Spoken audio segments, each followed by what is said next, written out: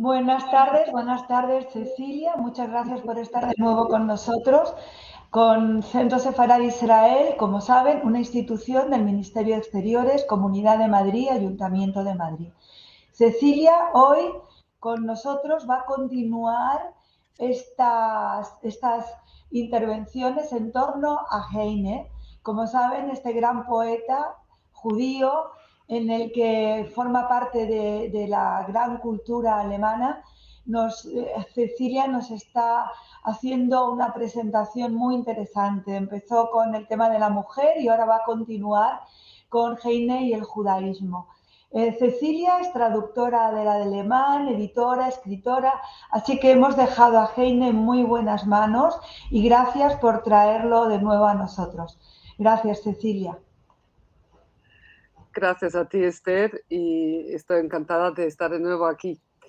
Y como hoy vamos a cerrar este pequeño ciclo sobre Heinrich Heine, que nos ha reunido en estas, ahora es la tercera sesión, en estas dos sesiones anteriores también, quiero echar un vistazo hoy a la relación de Heine con el judaísmo. De hecho, es un tema central en su obra, pero ha quedado largo tiempo al margen de la valoración, y no solo en Alemania. La historia de la contradictoria y muy ambigua repercusión de la obra de Heine, afirma el crítico Marcel Reich-Ranitzky, tiene que ver también con su judaísmo.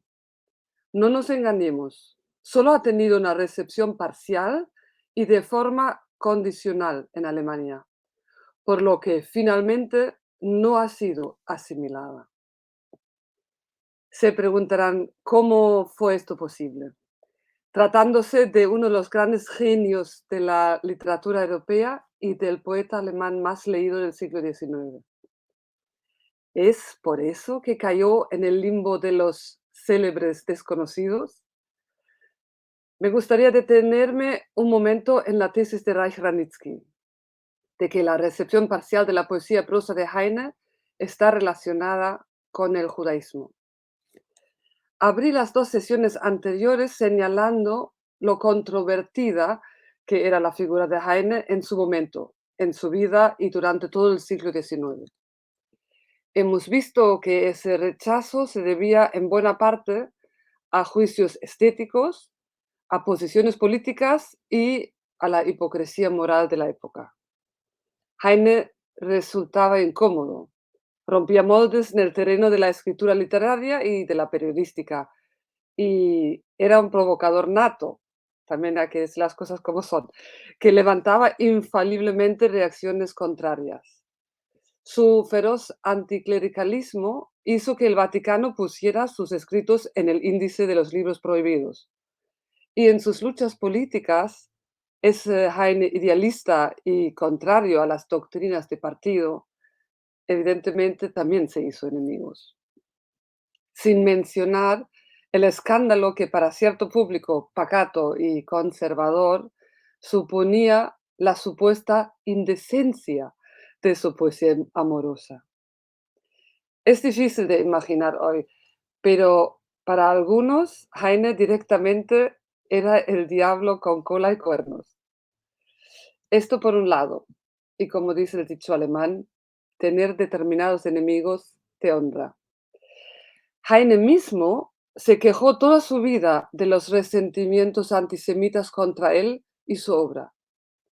Esto empezó con su exclusión de la corporación estudiantil de la Universidad de Göttingen bajo el pretexto de llevar una vida impúdica.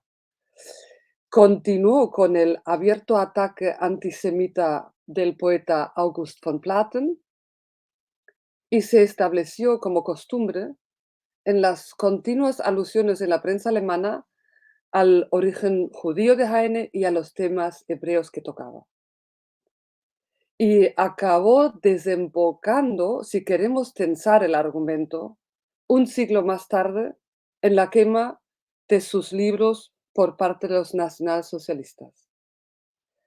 La poesía de Heine por entonces era tan popular en Alemania, en el sentido literal de la palabra. La canción de la Loreley, por ejemplo, no debía faltar en ninguna fiesta familiar o salida de domingo de los excursionistas. Así que era tan popular que no podían borrarla del acervo literario alemán. Así que en los libros de texto y en los cancioneros, los nazis no borraron el poema de la Loreley, borraron el nombre del autor, ponían autor desconocido.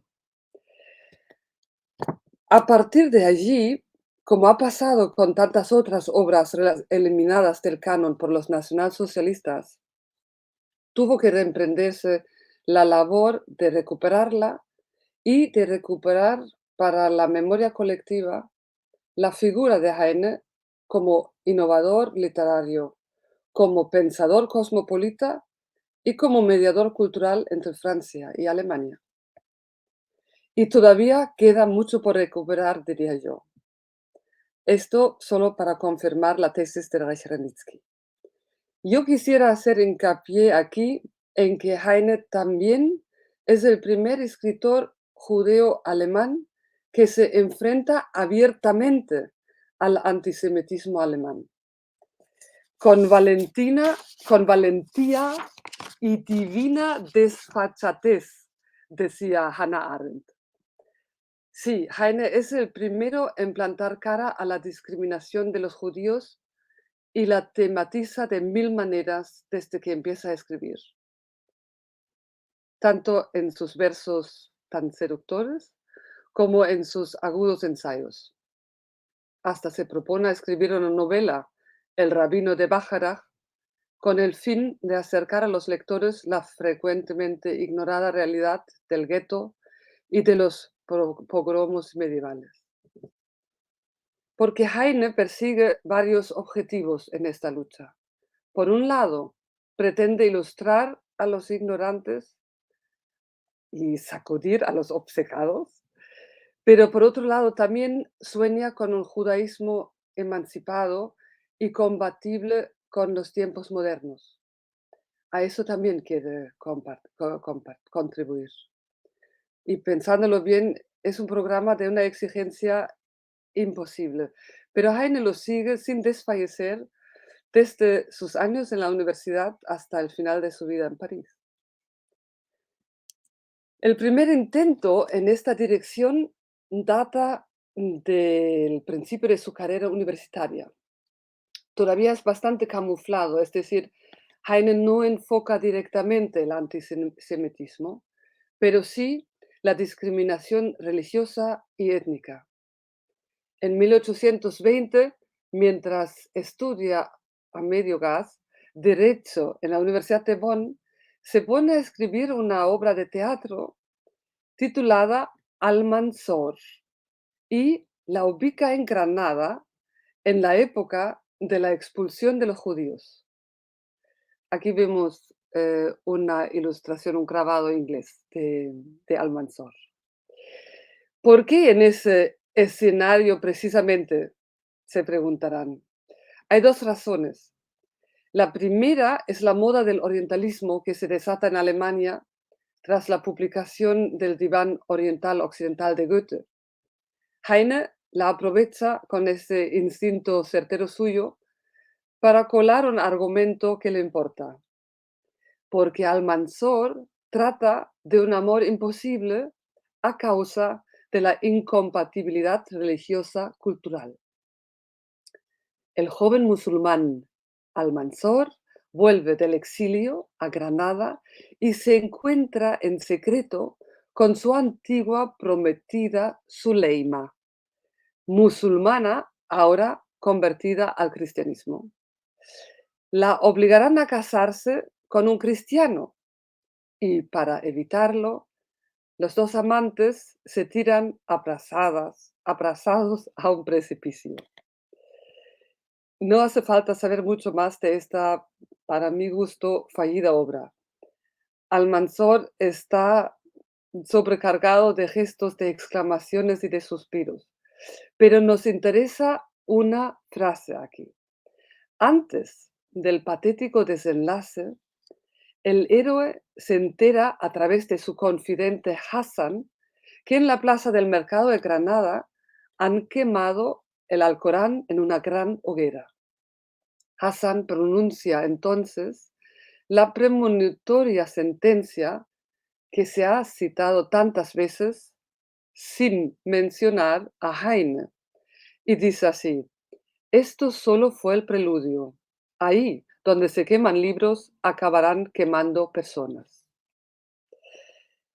La otra razón por la predilección de Heine por los escenarios ubicados en España es autobiográfica. Los antepasados de la madre son sefarditas. Y Heine estudia de la historia y de la literatura sefardí todo lo que llega a sus manos.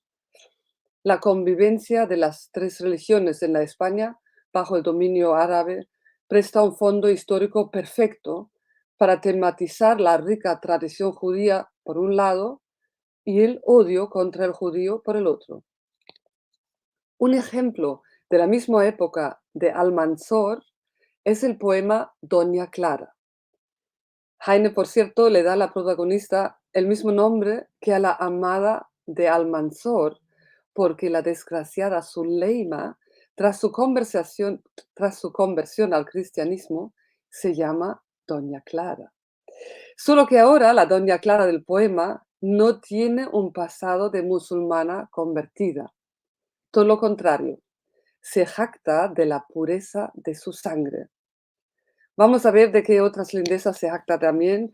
Es un poema un poco largo, por eso me salto el principio, donde aparece el misterioso galán en el jardín y enamora enseguida a Doña Clara. Y empiezo con ahora.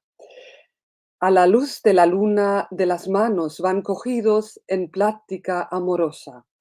El céfiro los besa y acaricia, rosas les saludan como en sueños. Rosas les saludan como en sueños, mensajeros de amor que se arrebolan. Pero dime, ¿por qué, amor mío, se ruboriza tu semblante de repente? Picáronme mosquitos, mi amado, y los odio tan a fondo en verano, cual si fuesen plaga insufrible de judíos narigudos. Déjate de mosquitos y de judíos, dice el galán que tierno la enamora. En blanquísimos copos los almendros sus pétalos deshojan. En blanquísimos copos los almendros te dan mi bien su delicioso aroma. Pero dime, mi amada, ¿mío es tu corazón entero? Todo sí, te lo juro, mi amado, por el Dios Redentor que mi alma adora, por aquel a quien los maliciosos y pérfidos judíos dieron muerte afrentosa. Deja al Dios Redentor y a los judíos, dice el galán que tierno la enamora. Mira los lirios que en fulgor bañados van columpiando sus corolas. Mira los lirios que en fulgor bañados contemplan las estrellas brilladoras.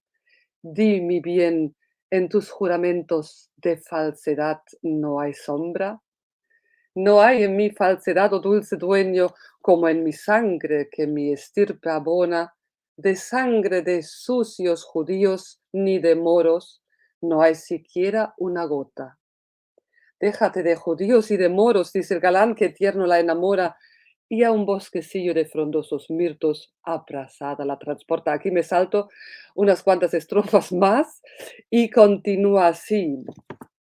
Suena de pronto en el vecino alcázar música de timbales y trompetas. Despierta la doncella y de los brazos huye que la aprisionan. Las músicas me llaman, mi amado, pero no marches antes de revelarme del nombre tuyo el pertinaz secreto que a tu amante ya intriga. Apacible sonríe el caballero, besa la mano de la hermosa, besa su nacarada frente, besa al final su boca y le dice: yo, señora, tu amante, soy el hijo del honrado, docto y venerable gran rabino Israel de Zaragoza. Se dan cuenta cómo va cambiando el ambiente del poema. Primero el deseo y el enamoramiento, dibujados con unas pinceladas en las que Heine no escatima acentos cursis. Luego la naturalidad, con la que suelta sus exabruptos la hermosa doña Clara, que contrastan tanto con el gesto cariñoso y apaciguador de su amante, y finalmente el gran efecto, la revelación de la identidad del amante. Es un final un tanto abrupto, por no decir violento, y me pregunto qué cara ponían los asistentes a las veladas poéticas caseras cuando se leía el poema en voz alta.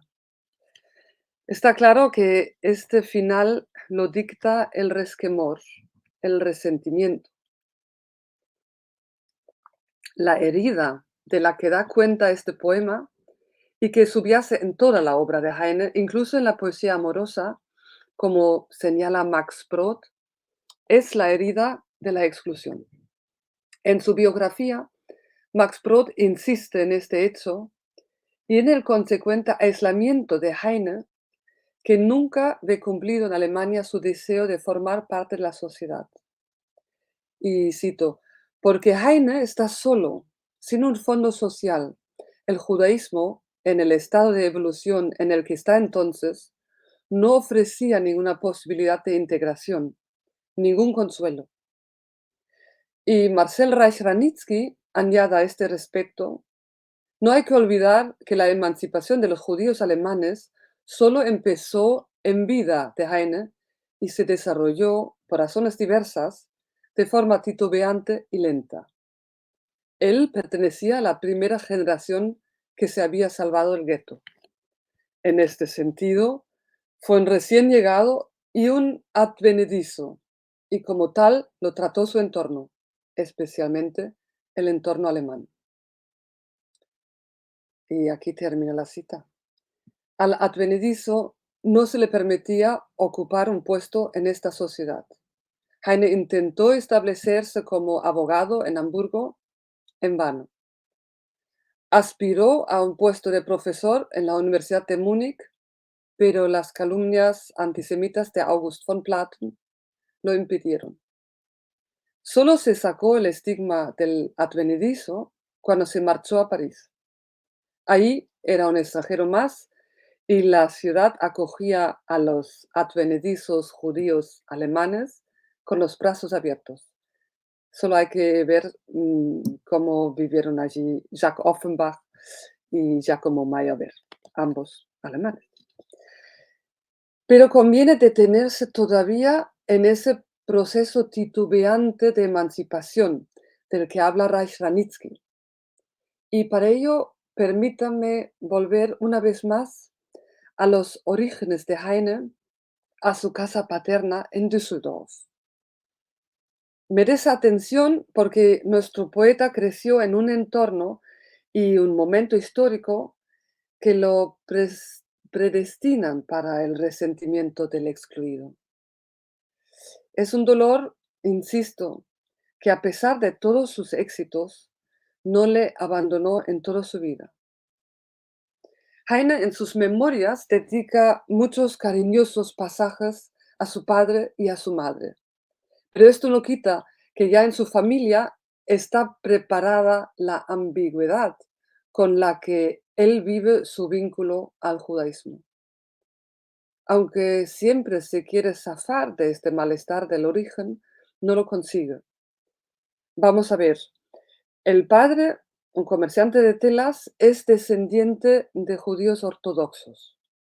Y aunque Samson Heine no educa a sus hijos en la ortodoxia, sí reciben en la convivencia con él este legado. También elige Samson, por cierto, para su hijo primogénito el nombre según la tradición judía, que en el siglo XVIII preveía que empezara con la misma sílaba que el nombre del abuelo paterno. El abuelo se llamaba Chaim, así que lo llamó Harry al niño, en honor a un amigo suyo inglés, Harry. Heinrich es un nombre que Heine adopta bastante más tarde, después de la odiada conversión al cristianismo a los 27 años. La madre, en cambio, Peira van Geldern, que luego se llamaría Betty, Provenía de una familia de judíos asimilados, durante generaciones reputados médicos en Düsseldorf, que habían emigrado originalmente de Portugal.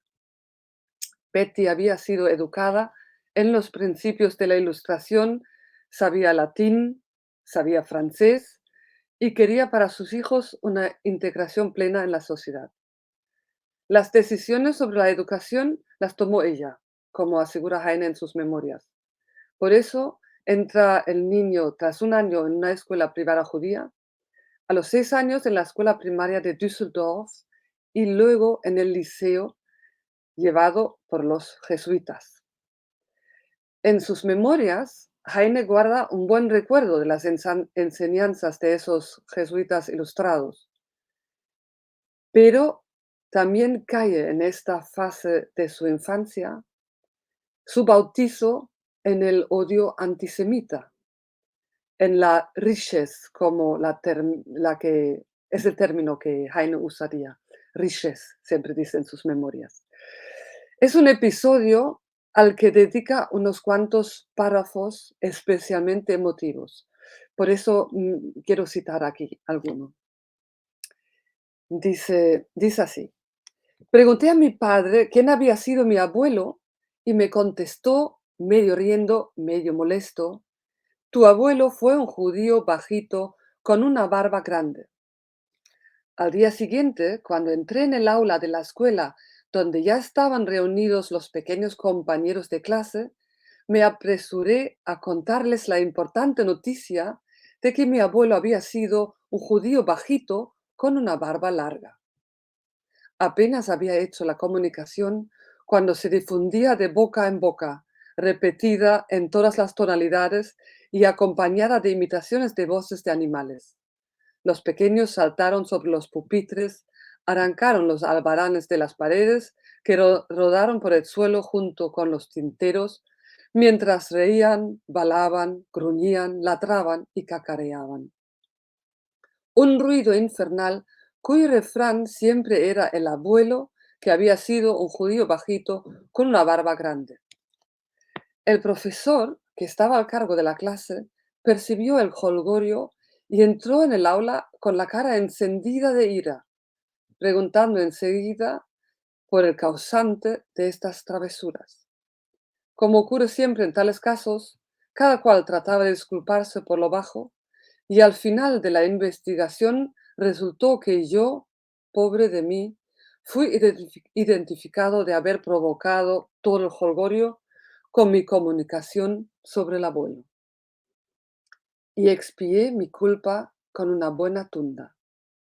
Fueron los primeros palos que recibí en esta tierra, y en esta ocasión ya hice la observación filosófica que el buen Dios que creó los palos, en su indulgente sabiduría, también procuró que quien las imparte, al final acaba cansado, porque de lo contrario los palos se volverían insoportables.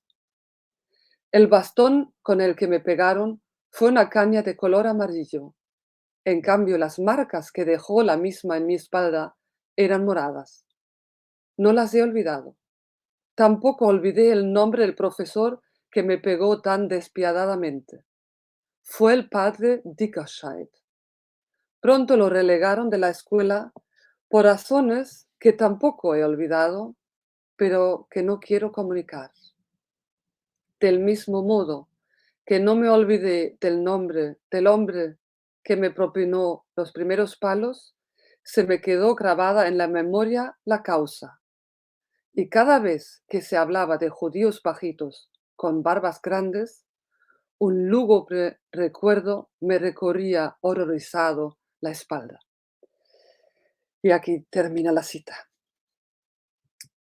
Hay más manifestaciones literarias de este sentimiento o de estos recuerdos horrorizados. La manifestación más amarga del sufrimiento de Heine con el odio contra los judíos tal vez sea su poema A Edom. Escribió a Edom en 1824, cuando estaba investigando para el rabino de Bacharach. La lectura de fuentes antiguas, según Heine, una lectura dolorosa, originó el poema que va dirigido a todos los enemigos del pueblo judío. En este sentido es que Heine usa el término bíblico Edom y proyecta una visión de venganza divina a la situación de los judíos en la diáspora. Y les leo a Edom en una traducción improvisada mía. Desde tiempos milenarios nos toleramos fraternalmente. Tú toleras que respire, las furias tuyas yo tolero. Solo a veces, en tiempos oscuros, humores raros te sobrevinieron y empapaste de mi sangre tus patitas cariñosas. Ahora nuestra amistad es firme y cada día crece todavía, pues yo empecé a enfurecerme y a volverme casi como tú. Es un poema tremendo, también dentro de la obra de Heine, en la que no faltan precisamente impresiones fuertes. Oscila entre la declaración de guerra y el grito de desesperación, porque en este resumen supuestamente jocoso de miles de años de persecución, se reconoce la víctima en la violencia de sus verdugos. Aunque esto más bien es una imaginación del poeta.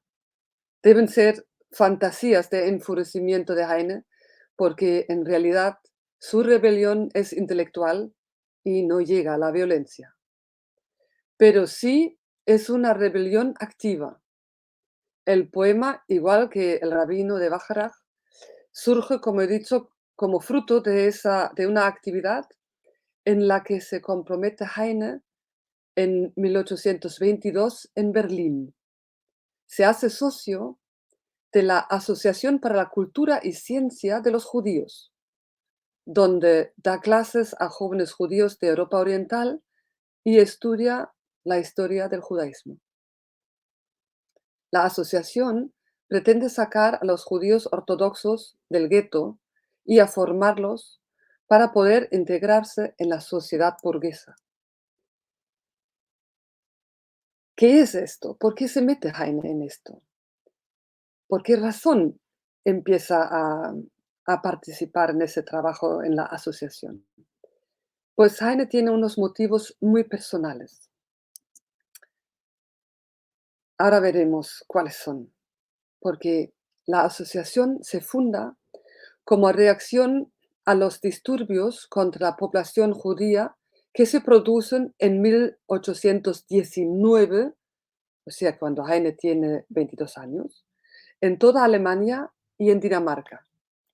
Son generales y violentos, solo comparables con los pogromos medievales, aunque en este caso se limiten a destrozar tiendas o casas judías y maltratar a sus propietarios.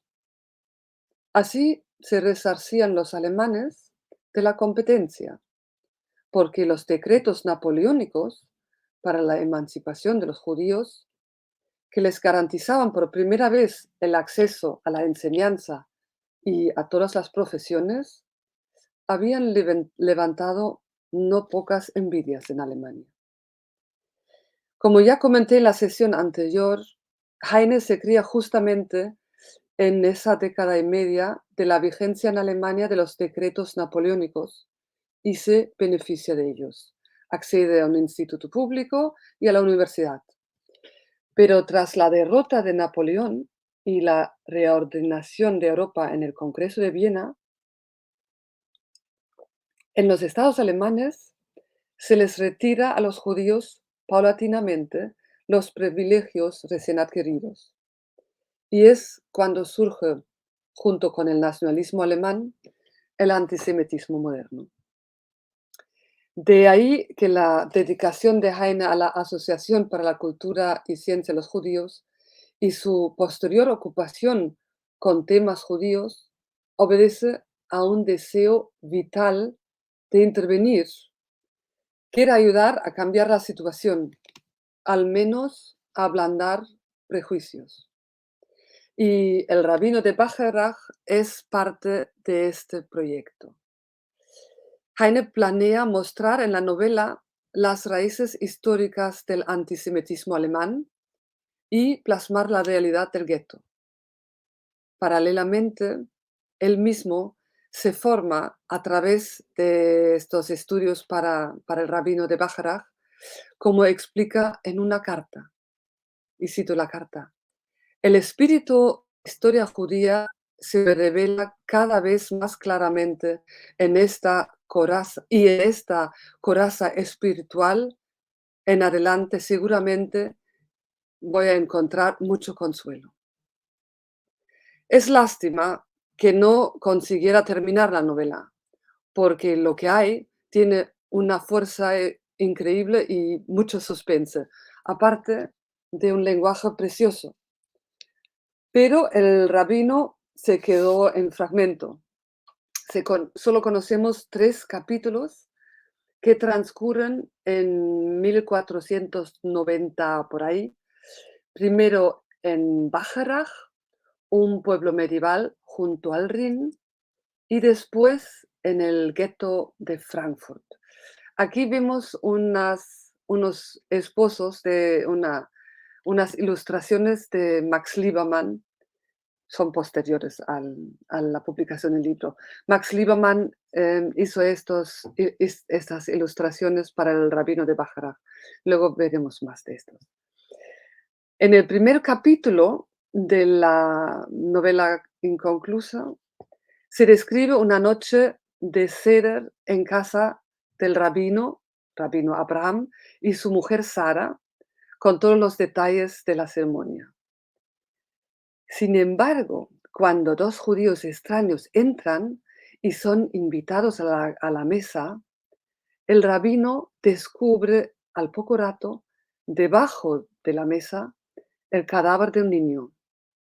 Bajo un pretexto, Abraham consigue salir con su mujer y huir hacia el Rin, porque sabe que los extraños vinieron para acusarle de la muerte del niño y matarle a él y a todos sus invitados. El segundo capítulo describe cómo huyen los dos en un bote hacia el Rin, perdón, en un bote por el Rin, y cómo llegan a Frankfurt. Aquí, en la escena del viaje por el río, el relato da un giro total, como en un cuento de hadas. El horror de lo sucedido queda atrás y se pasa a la descripción de la belleza del romántico paisaje. Eso es una de las grandes fuertes de Heine. Luego sigue la escena jocosa de la llegada del rabino a la puerta del gueto y al final entran. Van derechos a la sinagoga, es Pesach, y allí el rabino entona el rezo para los muertos. Es otro giro y hacia lo trágico de nuevo. Al escuchar Sara a su marido cantar el Kaddish, se desmaya porque sabe que su familia ha sido asesinada. En el tercer capítulo, el último, se vuelve a la vida. Heine despliega allí un cuadro increíblemente colorido y bonito del gueto de Frankfurt. En la abarrotada calle principal encuentra el rabino a un caballero luso-español, don Isaac Abarbanel, en el que reconoce a un antiguo amigo de Toledo, porque el rabino en su juventud estudió allí. Don Isaac Abarbanel, los lleva al restaurante de una señora llamada Schnapper-Else, un personaje como de una novela picaresca, del que está enamorado don Isaac. La mezcla de elementos populares, literarios, históricos es fascinante y le sirve a Heine para desarrollar el tema que le quema entre las manos.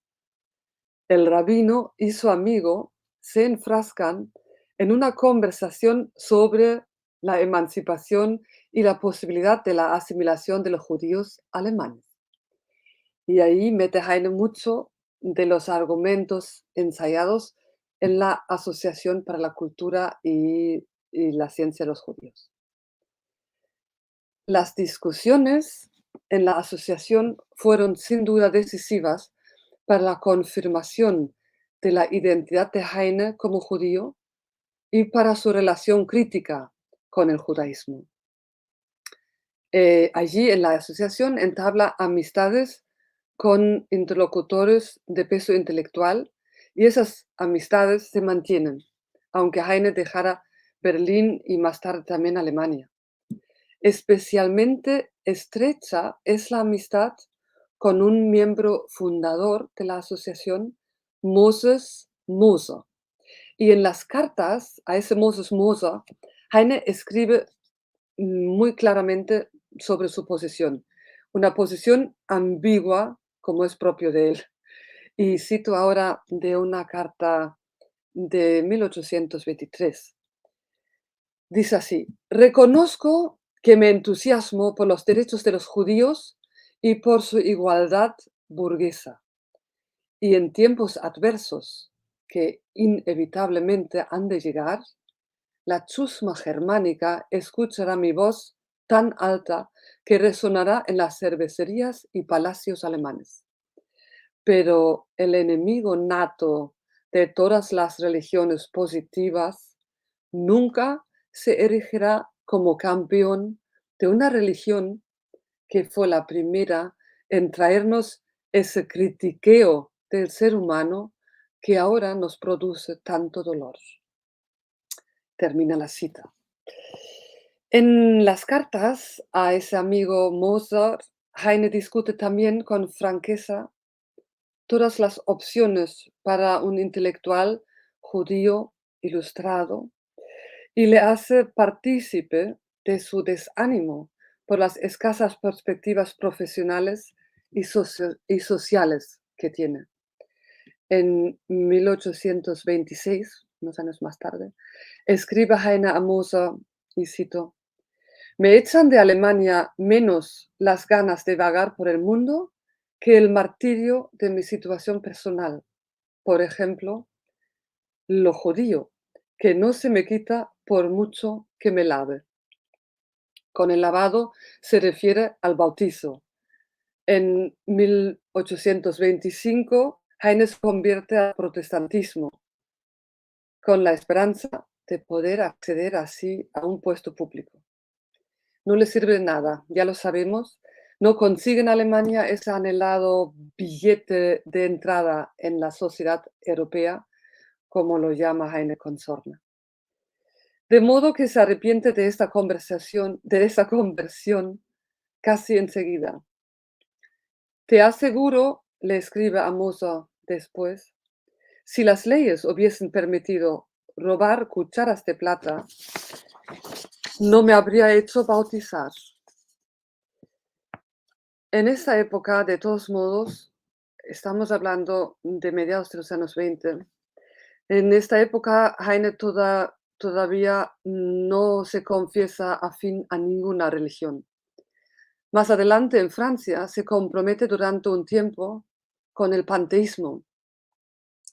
Y en su ensayo sobre la historia de la religión y la filosofía en Alemania, explicaría cómo la filosofía de Spinoza, Baruch Spinoza, ¿no? Filósofo holandés, cómo la filosofía de Spinoza marcó su visión del mundo. De esta época, de este ensayo, data un poema titulado El Tercer Testamento, que les quiero leer, porque me parece muy ilustrativo para este pensamiento religioso del Heine triunfante en el París de los años 30. Les leo una traducción improvisada mía. Sobre esta roca vamos a construir la iglesia del tercer Nuevo Testamento. Se acabó el sufrimiento. Destruido queda el dualismo que tanto tiempo nos embriagó. El necio tormento del cuerpo por fin se acabó. ¿Escuchas al Dios en lo hondo del mar? Te habla con 1000 señales y sobre nuestras cabezas ves los 1000 luceros divinos. el Dios sagrado está en la luz, igual que en las tinieblas, y todo lo que hay es Dios, está en nuestros besos. No extraña que a Heine lo tildaban de blasfemo y de ateo. Menudo escándalo debía provocar que llamara con citas bíblicas al culto del amor y que equipara el amor divino con el amor carnal. Lo que nos atrae hoy en ese poema es que Heine proclama la emancipación del cuerpo frente a la hostilidad corporal de la Iglesia para reivindicar la libertad y la dignidad del ser humano. Ahí está el pensamiento de Spinoza y su esencia divina, incorporada en el hombre, en cada verso del poema.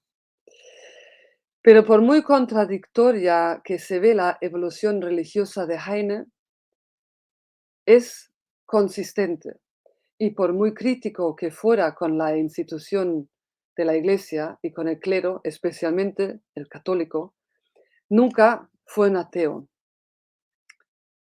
Pero ahora doy un salto muy grande, hacia el final de su vida y paralelamente con el avance de su esclerosis espinal, que le privó primero de la visión y que le acabó paralizando medio cuerpo, Heine, hacia el final de esta vida suya, recorre un proceso de reencuentro con el Dios de sus orígenes. Y esto lo podemos ver muy bien descrito en el posfacio del Romancero. Este es su último gran libro de poemas y allí explica Heine su vuelta a Dios. Leo un párrafo del posfacio del Romancero. Entregué a las llamas los poemas que, tan solo por asomo, contuviesen impertinencias contra el buen Dios. Es mejor que ardan los versos que el versificador. Sí, igual que con sus criaturas he hecho mis paces con el Creador. Por gran enojo de mis amigos ilustrados, que me hicieron reproches por esa recaída en la vieja superstición, como gustaron de llamar mi regreso a casa, mi vuelta hacia Dios. Otros se pronunciaron de forma aún más áspera en su intolerancia. El alto clero entero del ateísmo ha dicho anatema sobre mí, y hay fanáticos ministros de la irreligiosidad que gustosamente me someterían a la tortura para que confesara mis herejías. Por suerte, no disponen de otros instrumentos de tortura que de sus escritos. No obstante, estoy dispuesto a confesarlo todo sin tormento.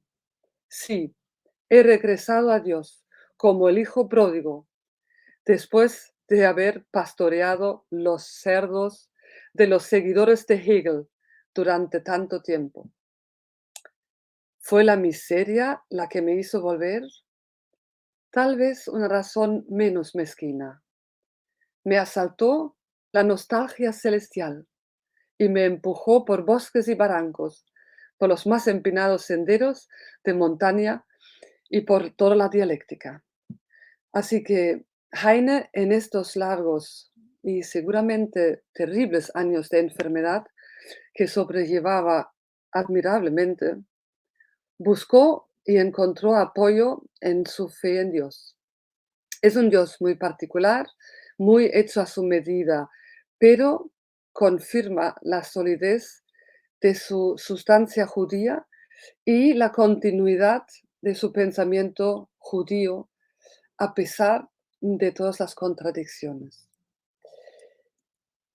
Y podrían encontrar en este último gran libro de Heine, este poemario romancero, muchísimas pruebas de esta vuelta o de este pensamiento religioso y de este pensamiento judío, especialmente en una parte que se llama Melodías hebreas, Yo tendré que dejarlo aquí, pero les recomiendo esta tercera parte del romancero con ese poema maravilloso que se llama Princesa Sabbath, o con ese largo poema narrativo sobre el poeta medieval Yehuda Ben Hachlevi. Bueno, es realmente una lectura sabrosa y muy recomendable. Con esa recomendación les dejo, pues.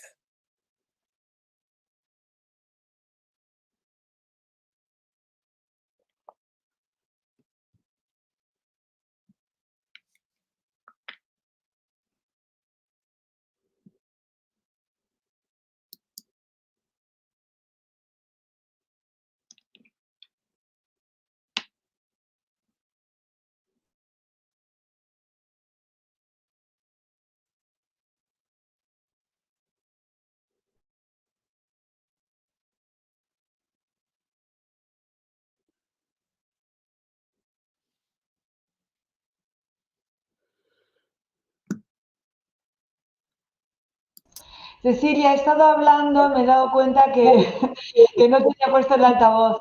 Te comentaba que me pareció fantástica esa denominación que hace Heine sobre los ministros de la irreligiosidad. Es un ataque fantástico Sí, sí, a, a esas fórmulas, ¿no? Que al final lo que pretende, por un lado u otro, muchas veces es un ataque a la libertad individual, que es lo que apela al final cualquier ser humano. Muchísimas gracias, absolutamente. Cecilia, por esta profundidad y por acercarnos a este autor. Yo me gustó mucho cómo lo toca Norman Leibrecht, que en un libro reciente, Genios y Ansiedad, habla de esta figura también en relación a varios otros personajes de su tiempo y me gustó mucho su manera de tratarlo también. Así que espero poder seguir profundizando y espero seguir contando contigo, Cecilia. Muchísimas gracias. Ha sido un placer, como siempre.